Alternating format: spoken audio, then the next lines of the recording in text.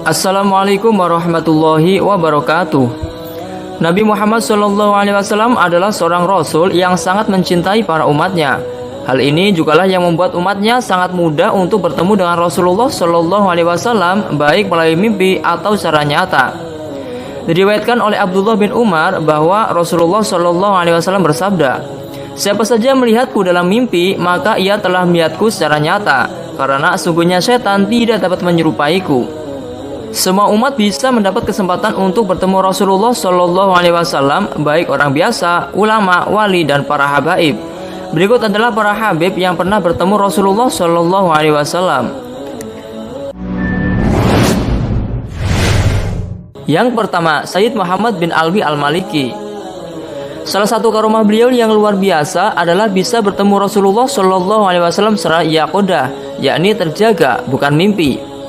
Dikisahkan ketika Abuya sedang berada di Madinah, salah satu murid beliau mendapat tugas melayani kebutuhan Abuya, antara lain sarapan pagi. Ketika itu pernah terdengar suara tangisan lirih Abuya, namun cukup jelas dari dalam kamar itu. Karena itulah santri tidak berani masuk kamar sebelum dipanggil oleh Abuya. Setelah 10 menit berikutnya, tiba-tiba Abuya memanggil santri untuk membawa makanan sarapan ke dalam kamar. Setelah santri duduk di depan Abuya untuk menata menu sarapan dan keperluan lainnya, maka Abuya bertanya, "Tahukah kalian apa yang baru saja aku alami?" Santri senior itu pun menjawab, "Tidak tahu, wahai Abuya." Lalu Abuya berkata, "Wahai anak-anakku, baru saja aku ditemui oleh Rasulullah SAW secara langsung." Yang kedua, Habib Munzir bin Fuad al-Musawa.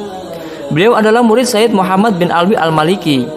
Sebelum wafat, Habib Munzir pernah menulis kisah beliau ketika mimpi bertemu Nabi Muhammad SAW di sebuah halaman blog pada tahun 2011.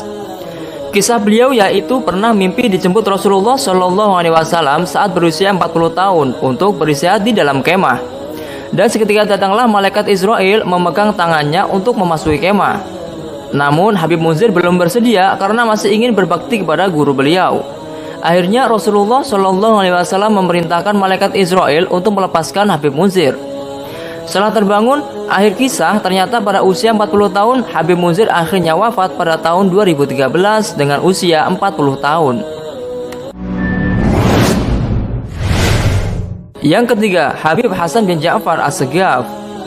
Habib Hasan bin Ja'far As-Segaf pernah bermimpi bertemu cahaya Rasulullah SAW yang membawa kabar tentang Ahmadiyah. Cahaya itu pun berkata, "Wahai cucuku Abu Bakar Hasan, ketahuilah Ahmadiyah itu bukan pengikutku, bukan Islam. Mereka adalah bumerang untuk umatku dan menjadi tentara-tentara Dajjal untuk menghancurkan umat-umatku. Berilah kabar kepada umatku bahwa aku adalah Nabi akhir zaman." Di Indonesia, gelar Habib tidak sembarangan dinisbatkan kepada semua orang, karena harus tinggi tingkat keilmuan dan harus jelas nasabnya. Inilah 17 Habib paling berpengaruh di Indonesia.